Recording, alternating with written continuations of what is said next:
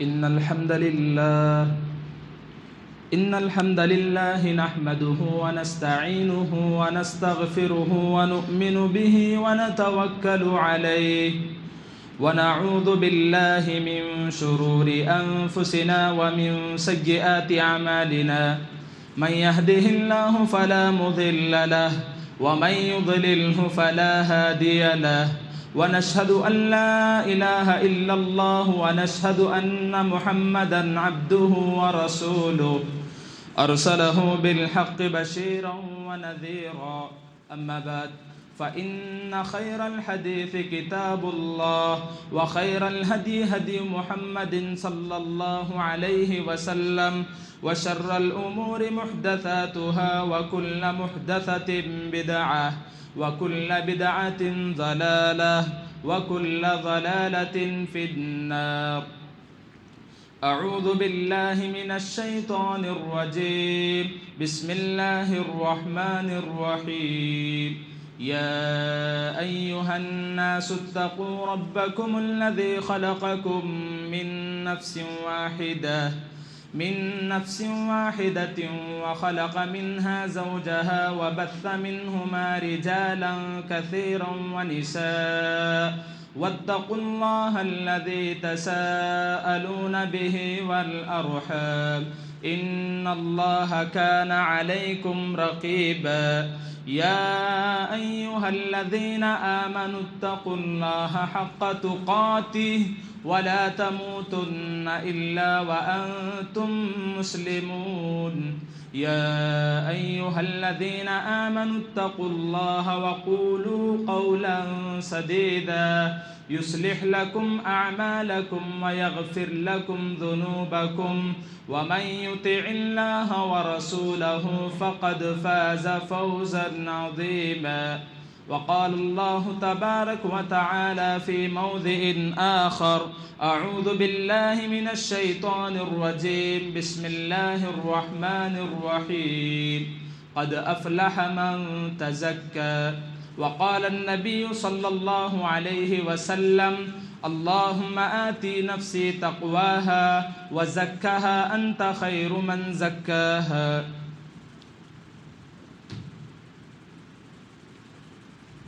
تمام قسم کی تعریف، توصیف، بڑائی، کبریائی، حمد و ثنا اس اللہ رب العالمین کے لیے لائق اور زیبا ہے جو تمام جہانوں کا خالق، مالک، پالنہار اور پروردگار ہے۔ درود و سلامتی ہو تمام انبیاء علیہم السلام کی ذاتوں پر، بالخصوص میرے اور آپ کے آخری نبی جناب محمد مصطفیٰ صلی اللہ علیہ وسلم کی ذات گرامی پر کہ جن کی شخصیت بنی نوع انسان کی ہدایت کا ذریعہ بنی۔ اللہم صلی علی محمد وعلی آل محمد کما صلیت علی ابراہیم وعلی آل ابراہیم انک حمید مجید۔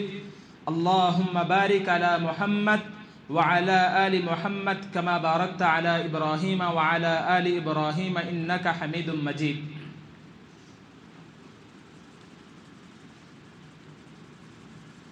محترم حضرات، میرے اسلامی بھائیوں، عزت نشین ماؤں اور بہنوں، خطبہ مسنونہ کے بعد میں نے آپ لوگوں کے سامنے جو آیت کریمہ پڑھی اور اللہ کے رسول صلی اللہ علیہ وسلم کی جو حدیث آپ کو پڑھ کر سنائی، اسی کے تناظر میں تزکیہ نفس کیوں اور کیسے، اس عنوان پر چند باتیں رکھنے کی کوشش کروں گا۔ محترم حضرات، ایک سوال پیدا ہوتا ہے، وہ یہ کہ انسان کو نفس کے تزکیے کی ضرورت کیوں ہے؟ نفس کا تزکیہ کس لیے؟ ظاہر سی بات ہے، ہر ایک چیز کے پیچھے ایک سوال ہوتا ہے، تو یہاں پر بھی یہ سوال پیدا ہوتا ہے کہ ایسی کیا ضرورت ہے کہ انسان اپنے نفس کا برابر تزکیہ کرتا رہے؟ تو اس جواب کو جاننے کے لیے ہمیں اس واقعے کی طرف چلنا ہوگا کہ دنیا کا سب سے پہلا گناہ جس سے صادر ہوا ابلیس، اس واقعے کی طرف چلنا ہوگا۔ چنانچہ جب اللہ رب العالمین نے ابلیس کو اس بات کا حکم دیا کہ وہ آدم علیہ السلام کا سجدہ کرے، ابلیس نے سجدہ کرنے سے صاف انکار کر دیا۔ چنانچہ اللہ رب العالمین نے قرآن مجید میں فرمایا وَإِذْ قُلْنَا لِلْمَلَائِكَةِ اسْجُدُوا لِآدَمَ فَسَجَدُوا إِلَّا إِبْلِيسَ، اللہ رب العالمین نے فرمایا اور جب ہم نے کہا فرشتوں سے کہ وہ آدم علیہ السلام کو سجدہ کریں تو تمام فرشتوں نے سجدہ کیا سوائے ابلیس کے، ابا واستکبر وکان من الکافرین، انکار کیا، تکبر کیا اور کافروں میں سے ہو گیا۔ چنانچہ ابلیس نے صرف انکار ہی نہیں کیا بلکہ اللہ رب العالمین پر اعتراض کرتے ہوئے کہا خلقتنی من نار وخلقتہ من طین، ابلیس نے کہا اے اللہ تو نے مجھے آگ سے پیدا کیا اور آدم کو مٹی سے پیدا کیا۔